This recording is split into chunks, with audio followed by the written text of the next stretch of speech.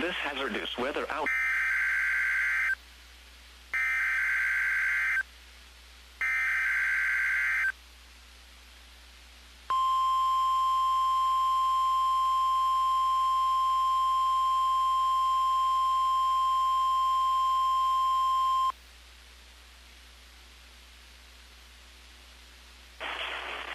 This is NOAA Weather Radio, the 24-hour voice of your National Weather Service.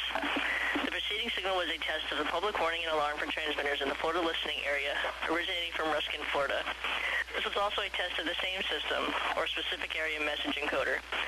The same system will alert only the county or counties affected by a particular warning. These tests are conducted each Wednesday between 11 a.m. and noon, and again between 6 p.m. and 8 p.m. unless severe weather threatens.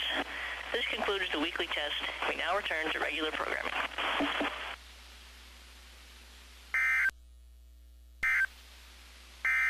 The current time is 11:16 a.m. Eastern Standard Time. These are the 11 a.m.